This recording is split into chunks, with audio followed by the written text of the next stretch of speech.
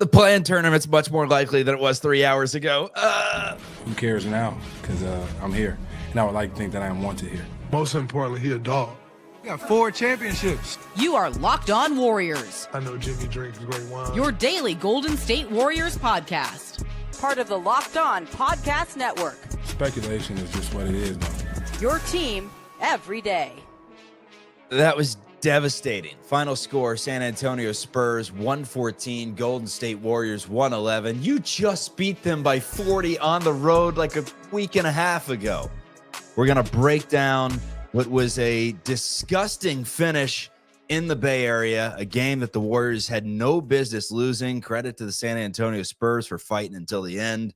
But how do you lose this game? This is Locked On Warriors. It's part of the Locked On Podcast Network, your team every day. My name's Charlie Walter, formerly at 95.7 The Game in the Bay Area. That's the flagship for the Golden State Warriors. Also covered the team for CBS News Bay Area, and I'm here to tell you about our free daily newsletter. Better times than tonight, typically sent your way in the morning. It also has all the NBA news, notes, and nuggets, plus fantasy cheat sheets. It's good stuff. It's free. You can find it at lockedondaily.com. You can find us on YouTube and wherever you get your audio podcasts. Co-host tonight is Matt Kolsky. Give me one word. I'll go with devastating. What do you have for me with how that game went down to the wire and unfolded with? That's a big ask. I wish you'd given me more than 3 seconds to think about it, but redemption for Harrison Barnes. I mean, there's a lot of different words that can go into it. It was brutal. I mean, listen, that was a once a year type of shot for Harrison Barnes, but the bottom line for the Warriors is you should not have been in that position. And I mean, you know, it's the sort of game where you can pick, and if they win this game by 2, you and me are sitting here talking about, you know what, that was nervy, but the win is all that matters. Second night of a back-to-back, end of a long season, bunch of 35-plus-year-olds. I get it. But you cannot lose that game. How many times this year have they lost it? This is the second time this year they've lost a game to the Spurs, where we had to come on here and say you cannot lose that game. And you blew a double-digit lead in that one, too. You know, it's brutal. Let's kind of run and through there's the end. so many self-inflicted wounds, Chuck, right down to that play in the last 30 seconds when your 2 best players combined to turn it over in the biggest spot of the game. Like, all right, what can you say? Let's break it down. What we could say is what we said the last few days was don't play with your food. That was kind of the motto down the stretch. You're playing a bunch of teams that you are better than. Just beat them. You saw what the Clippers did tonight to the Rockets, who they're not better than. They beat the hell out of them. You saw what the Lakers did to the Mavericks. They beat the hell out of them. This is a game that the Warriors should have rolled in. Don't tell me otherwise, even though the Spurs did fight hard with the Clippers in the first game of their back-to-back. Yeah, but, I mean, you should have beat them. Let's get real. You were up 11-0 to start the game. You were up double digits going into the fourth. But I want to pick it up with 2:06 to go, up 1. Draymond Green's under pressure near the left wing, about 5 feet beyond the three-point line. He has Pods wide open on his right. And granted, Pods did not play well. Moody did not play well. Kuminga didn't really get a shot. We'll get into that in a minute. But there's 2:06 to go. We'll get into it, whatever. There's 2:06 to go, and Draymond tries to force feed one to Steph. Okay, they steal. Champagny, 3 on the other side. It is scary season. Ooh. Then Draymond, with a minute left, another turnover, looking for Curry. And it was so obvious. Everyone in the arena knew they were looking for Curry down the stretch. And then Curry has it, inbounds, 30 seconds to go, tie ball game. Warriors have a chance to get a shot off with, 6 seconds left, shot clock and game clock. And what does he do? He looks for Jimmy and forces one in there when, he had teammates all over the floor open. And it's taken away. It was just, I don't think the Warriors had enough confidence in their role players down the stretch, and the role players didn't do anything to deserve that confidence today. Curry was awesome. Draymond's turnovers down the stretch were not. The defense wasn't as good as is been. And look, they played with their food, and they lost a crucial game that now puts the Warriors in serious jeopardy of missing out on the playoffs and having to go through the play-in? Yeah, I don't even know if I would call it playing with their food tonight. I think we have seen that. I think that is what happened very directly the last time they blew one to the Spurs. Tonight, listen, yeah, they were up 11-0. Yeah, they were up, 14 in the third because they played really well in stretches. But the Spurs were tough. So I don't want to write off the fact that they were competitive. The Spurs were competitive with the Clippers last night. I think that game ended up a 5-point Clippers win, but that's the point. I'm not going to get mad at letting a Spurs team that's playing their butts off stick around. That can happen. Again, back night of a back-to-back. I get it. You traveled last night at midnight, but you can't lose the game, especially when your two best players are the chief culprits in the biggest mistake of the night. You've got, the turnover count wasn't high tonight, but the points off turnovers were higher than you'd like because so many of them were such bad turnovers. You mentioned a couple of them. That play where Draymond was just trying to force it into Steph again, not necessary. You didn't have to do it. And I didn't think Steph made a bad decision necessarily to throw it to Jimmy, but it was a very casual pass with 30 seconds left in the tie game. There's angry people in the chat. I get it. I'm mad. I'm sad. What's frustrating about this team is that it doesn't suck. Okay? What's frustrating about this team is that on a good night, they can hang with anybody in the league. And in fact, on a good night, you take them over most teams. But nights like tonight have happened way too many times this year. And if someone is going to watch this team and say, you're not a serious playoff team if you have a performance like that in a situation like this, it's hard for me to argue. I want to believe they're a serious playoff team, but it's hard for me to argue when, look, man, 2 wins from losses like this over the course of the year, and you're what, the 4th seed right now? Mm-hmm. And how many losses like this have there been? 15? It's insane A lot. how many terrible losses we've talked about. But they were 9-1 in clutch games with Jimmy Butler. So that's what made Warriors fans think all right, this has changed. The inconsistencies that we saw earlier in the season, that's put to rest. Completely new team. And then when you lose a must-win to San Antonio at home, it just makes you think what championship contending team is losing this game? And the answer is probably not many, right? They're taking care of business. And the Warriors did not take care of the business they had in front of them tonight. Let's break this game down a little bit deeper coming up. We'll get into the playoff standings. 2 games remain for the Warriors. It's the Portland Trail Blazers, and then it's that last game of the season against the Clippers, which could be for all the marbles when it comes to a playoff spot. We've been circling that date on the calendar, April 13th, for a long time at this point. We knew it was coming, and ready or not, here the dubs come. Let's talk about it coming up. And most importantly, he a dog. We need more dogs. All right, today's episode is brought to you by our friends over at TurboTax. That time of the year, everyone. It is that time of the year. This is a message from sponsor Intuit TurboTax. Taxes was waiting and wondering and worrying if you were going to get any money back, and then waiting, wondering, and worrying some more. Now Taxes is matching with a TurboTax expert who can do your taxes as soon as today. An expert who gives your taxes their undivided attention as they work on your return while you get real-time updates on their progress so you can focus on your day. An expert who will find you every deduction possible and file every form, every investment, everything with 100% accuracy. Also, you can get your most money back, guaranteed. No waiting, no wondering, no worries. Now, this is Taxes.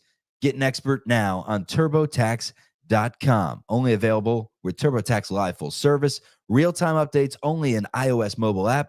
See guarantee details at TurboTax.com/guarantee. Today's episode is also brought to you by our friends over at Prizepicks. Let me tell you about basketball season being in full swing and Prizepicks being the best place to take advantage of it for daily fantasy sports. With Prizepicks, you pick more or less on at least 2-player projections. And if you're right, you can win up to 1,000 times your cash, whether it's basketball or if you want to go a little baseball. You can pick strikeouts, RBIs, whatever it may be. Whether you want to go with over 1 Aaron Judge home run or over 1 Mike Yastrzemski home run, whatever you want, it is available for you. Basketball, baseball, all the sports. So download the app today and use code LOCKEDONNBA to get $50 instantly after you play your first $5 lineup. That's code LOCKEDONNBA for $50 instantly after you play your first $5 lineup. Prizepicks, run your game. Forget that. We champs. Why are you starting with that question? We got 4 championships. We mentioned it. One of the toughest things about the Warriors losing this game today is that, I mean, overall, you didn't feel like they necessarily played horrible. There were stretches into the first, entering the second, where it was brutal. And obviously the entire fourth quarter where you're outscored 38-23 was not a thing of beauty. But first quarter, you got off to a great start and looked really good. You had 10 assists in the first quarter, did the Warriors. And then they scored 37 points in the third. I love how we are now 11 minutes into the show and we didn't even describe how the game ended. I guess you just assume that your audience kind of knows what happens, but there's someone out there that is listening and they're like, how did the Warriors lose this game? Let's just say the Spurs had it with 3 seconds left in the ball game, and the former Dub ripped out the Warriors' heart. Harrison Barnes hit a walk-off game-winning 3 as time expired. Celebration ensues. So that was brutal. What's also brutal is the fact that Steph Curry had 30 points in the game, went 12 of 24, 5 of 14, had 8 rebounds, 3 assists, 2 steals. He played really well. The Warriors played really well when he was on the floor, except for the very end. And then Jimmy Butler had one of his best scoring games for Golden State. He had 28, 7, and 4. He was 16 of 17 from the free throw line, and the Warriors lost the game. And I look at Moses Moody and Brandon Pajemski combining for 6 of 22. That's the difference. If the Warriors want to be a championship-level team, we saw 26-point pods. That's when they look their best, not when you get a combined 14 from those 2 players. Yeah, role players didn't have it tonight, other than Jonathan Kuminga, who seemed to have it in stretches and did not get an opportunity to have too many stretches. Yeah, his minutes are going down. Kind of weird. I'll agree with you there. I mean, I have not been nearly aboard the fan club like you have, but hey, I'll call it like it is. And I mean, 18 minutes in a game where you're missing Peyton and you're missing Post and you need bodies. You're just not bodies. You need offense. You're desperate for offense. Scroll back through the chats, and most of the people who aren't saying the Warriors are cooked, this was pathetic, are saying there wasn't enough offense to win tonight. And kind of true. Second quarter, pathetic offense. Fourth quarter, no good. Like, people can say whatever they want about Jonathan Kuminga, but he was 5 of 10 for 12 points tonight in 18 minutes. I mean, they needed scoring. They didn't give him a shot. So I don't like, I don't know. I'm sick of talking about it because it's the same stuff. No one has provided a good explanation. And on nights like tonight, and again, there have been at least a dozen of them over the course of the year, it's particularly hard to understand. How much did he play in the fourth? I don't think he played a minute in the fourth. Let me double check. I don't remember seeing him out there much. Yeah, as the game was slipping away. Okay, he played 3 minutes. Must have been right. 2:17. Must have been right at the beginning of the quarter. And look, he was 0 for 3 in the fourth, so maybe I'm the idiot, but 23 points in that quarter. Buddy Hield played 5 minutes and did nothing. I don't know. You needed someone to attack. And look, I really thought Jimmy Butler kind of did the thing tonight. He was awesome. He was at the center of everything good. Like I didn't think. Who knows what would have happened if Steph just makes a crisp pass on that possession with the game tied? Literally, who knows? That's kind of the theme of the season, right? Who knows what happens in the NBA Cup if the Warriors, don't make a boneheaded play against Houston with 3 seconds left or whatever. And hopefully that's not the same thing that we're saying in the playoffs, like who knows what would have happened in that 7-game series if we point to X, Y, and Z. It's been the makeup of this team and not just this team. It's been like an extension of the Warriors now for a couple of years. It feels like where you're so close yet so far away. I do think this team's closer, but they're not going to hit 50 wins. Best they can do is 49. And they're in a position now where they have to win out, or I would have to assume. I can look at the data, I can look at the advanced analytics here, but I would have to assume your chances of making the playoffs are 0 if you don't win out. Close to it. Yep. It would take a miracle. You have some advantages if you do win out. Memphis and Minnesota play each other tomorrow. One of them's going to take a loss. And if it's Memphis, the Warriors will slide up to the 6th seed tomorrow. And they'll be even record-wise with both the Grizzlies and T-Wolves, but they have the tiebreak. If Minnesota loses tomorrow, the Warriors are at least guaranteed the 7th seed, which means if and when you're in the play-in, you're at least at home for that first, win or almost go home game. And you'd get Dallas, right? You would get in the scenario I just described, you get the Timberwolves. 7 plays 8. And then if you lose, if you lose, you would get the winner of 9-10. Yes. And again, you'd be at home, but you don't want to do it. The most important thing this team can get is rest. And the best way to get rest is to avoid the play-in altogether. But like you said, all those scenarios, if they lose again in one of the next couple games, that is that's all but guarantees you the play-in. So, do what you can if you're the Warriors, but you blew a huge opportunity tonight. You were in the driver's seat to hold on to a top 6 seed, and you just, pantsed yourself and hopped into the back seat. I don't know how else to say it. It's an embarrassing and kind of stupefying loss. When did you think they legitimately had a chance to lose? I think it was like probably the 4-minute mark where I think the Spurs brought it down to 3 or something like that. I think it was. I honestly think Castle hit the 3. Castle hit a 3 to tie it up, and I was like, they may lose this game. I really didn't think they would lose until that Draymond turnover, trying to force it to Steph, because that was the first. Again,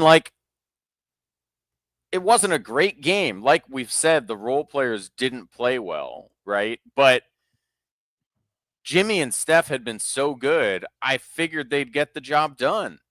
Right up until that moment where Draymond is trying to force it to Steph unnecessarily, turns the ball over, and that's when I had the what the hell are they doing feeling that we've had so many times this year. And that's when I thought, you know what? They may blow this thing, and I honestly still can't quite believe it, especially the way they came out last night. And that has happened way too many times this year too, where they play a game and you're like, okay, I think we've kicked the nonsense finally, right? Last night was like a perfect opportunity to overlook a terrible opponent. They came out and absolutely went gangbusters on the Phoenix Suns, and it kind of made you think, okay, they are taking every night seriously now. And, again, it's not to me that they totally failed to take tonight seriously, but they did make unserious mistakes in the most important moments. And that is not the mark of a team headed for a long playoff run. No, it is not. Let's talk about the 2 games remaining. Clippers and Blazers. That's coming up on Locked On Warriors. And most importantly, he a dog. We need more dogs.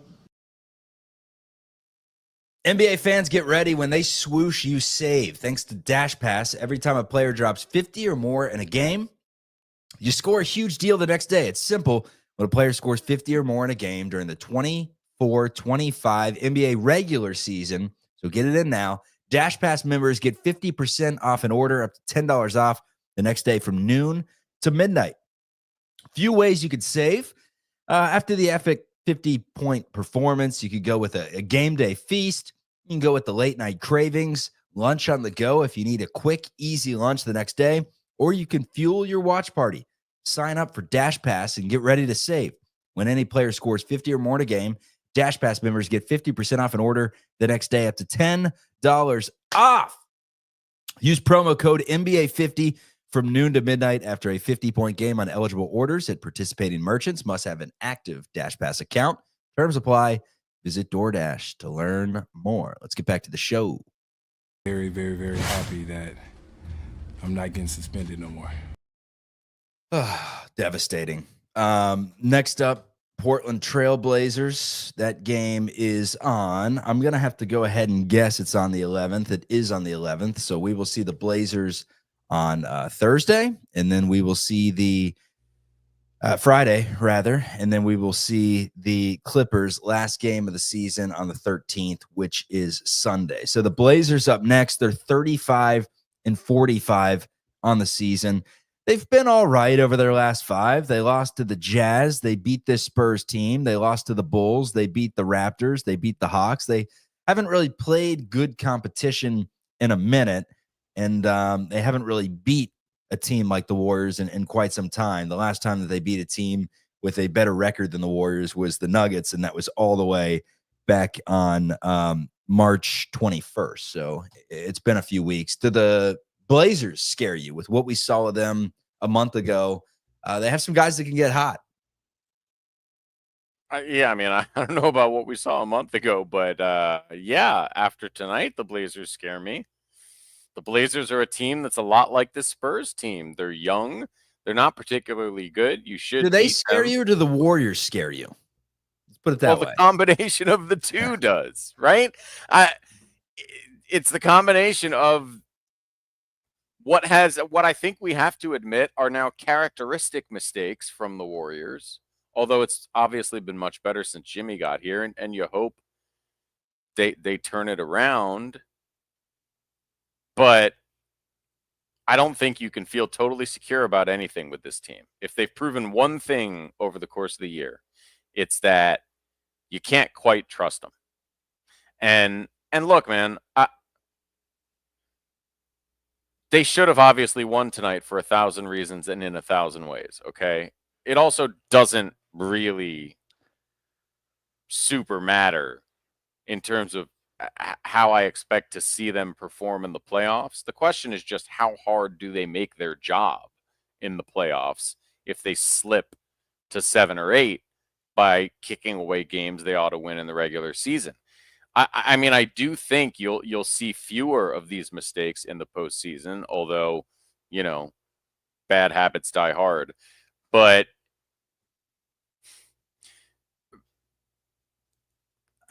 here's what I go back and forth on, right? The mistakes make you think they're not serious. They don't have it together enough to do any damage. The good nights make you think they can beat anybody. The fact of the matter is, it kind of just depends which one happens more when it comes to nut cutting time, because it doesn't matter how ugly you lose if you're only losing 2 out of 6. So it's confounding. And also, like, to be frank, the total Jimmy Butler period has largely been characterized by mediocre opponents, right? They've done pretty damn good against the good opponents. Almost all of the slip-ups have been against the bad ones. I don't quite know what to make of that. And maybe that's the biggest thing with this team is, like, it's been 5-6 different teams over the course of the year with the injuries and the trade. They've blown games. They've won games improbably. every single thing has happened to this team to the point where, like, it's hard to know how to process it as a whole and decide what's going to happen next. And it's why it makes the playoffs so intriguing, right? Is because this team, even if they somehow slipped and let's say they wound up and got the 7 seed and went up against the 2-seeded Rockets. I mean, realistically, what do you think the sports book would put those odds on for the Warriors winning the series? I mean, I think it would be close to even, to be honest with you. The Rockets? Yeah. I don't think it'd be anything crazy. I think the Warriors to win that series would have like plus 125 odds or something. Now, I mean, those listen, lines. if they look like garbage the next two, maybe that changes. It's a different story. Yeah. But if they win the next two, and by the way, because of this loss tonight, I'm not even trying to spin this positive, okay? I'm just giving you a fact. But because of this loss tonight and the relative softness of the Clippers' schedule, it's entirely possible that by the time you see them on Sunday, that game is a throwaway to them. Now, silver lining. We've seen that a throwaway to another team doesn't always equal the Warriors win, but no, you would hope in that situation that it would help. So, you know, it's all still on the table for you, but it's hard not for the confidence level not to take a little bit of a hit after you see a night like tonight. They shot a lot of threes tonight, which they consistently do. 48 for the game. There was a stretch there where Kuminga was taking them, where Draymond actually was knocking a few down. He was 2 of 4. Moses Moody really struggled shooting the ball, 1 of 7. So did Pods, 1 of 5 in the game. Hield chucked up a lot, 10, but he hit 4 of them. Okay. You think the Warriors were going to the well a little too much when it came to rushing some 3-point shots instead of getting inside? Yeah. It's been an Achilles heel all year. I agree. And especially, I mean, honestly, I didn't think I'll scan the box score by quarter now. I didn't think it was as bad during the bad fourth quarter run as it was during the first half. Second quarter was the worst because first quarter they had some good back cuts and you know what? Half of the dunk down the lane. They still shot 1 of 10 from 3 in the fourth. You know, and like, I guess my perspective continues to be if it's 1 of 8, it should never get to 10. Now, listen, Steph Curry shot some of those, and you'll always forgive him an attempt, but there needs to, it would go a very long way if this team could find a way to consistently change their approach when the shot is not falling. Because what we've seen over the course of the year is they have stretches where nobody's hitting, usually when Steph is out of the game, but every now and then he participates in the missing. And they just have no choice, or it appears they have no choice, but to shoot themselves out of it. And sometimes that gets ugly and ends in losses, right? There has to be, from some corner, a more concerted push to change the approach when threes are very clearly not falling for long stretches. There just has to be. Or you will not be able to do anything in the playoffs. That's for sure. Yeah, and Jimmy did a great job of that, getting to the line 17 times. That was not by accident, right? He did his part. But when you look at Podziemski, no trips to the line. Moody, no trips to the line. Curry only got to the line once in the game. Kuminga got to the line twice. Buddy didn't get to the line. Like, I will say for Steph, it's not his fault. No. He's attacking. He's making them. He's attacking. He's making shots, and they just won't give him a damn call. Like, So if it was Jalen Brunson, he would have shot 15 free throws tonight. So yeah. Well, it's as simple as this. Warriors shoot it 33% from deep. They shoot it 41% from the floor. They out-rebound the San Antonio Spurs, but look, the Spurs shot it better, 48%, 39%. They get a Harrison Barnes walk-off 3 as time expires. 3 of his 20 points in the game. That really happened. Chris Paul started off hitting his first 3 threes, and he was perfect for a little while with 12. Castle led the way with 21. Keldon Johnson, the other co-leader, with 21. And a young, pesky, feisty Spurs team without De'Aaron Fox and Victor Wembanyama take down the Warriors in what was literally maybe not a must-win game, but a gotta-win game. And now the Warriors got to beat the Blazers, and they got to beat the Clippers. Kolsky, good stuff. Get some sleep, my man. This is Locked On Warriors. Peace. God, that stunk. Sucked.